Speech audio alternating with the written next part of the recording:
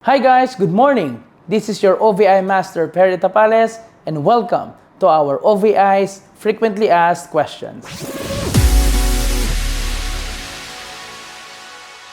Isa sa mga bagay na ikinalilito ng ating community is yung age limit when it comes to our policy. Our policy po ay pupwede sa mga bata na edad 16 to 17 years old.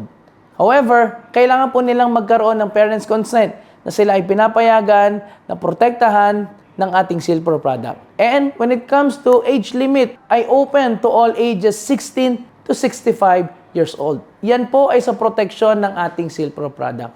Ang kinalilito ng karamihan, may age limit din ba when it comes to beneficiary? Pwede ko bang ilagay na beneficiary yung aking kamag-anak or kapatid or magulang kapag sila po ay mahigit 65 years old na? Ang answer is, pwedeng-pwede po. Wala pong limit when it comes to beneficiary's age.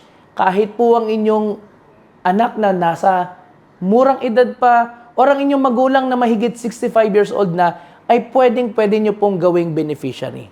Alright? So, wag malilito.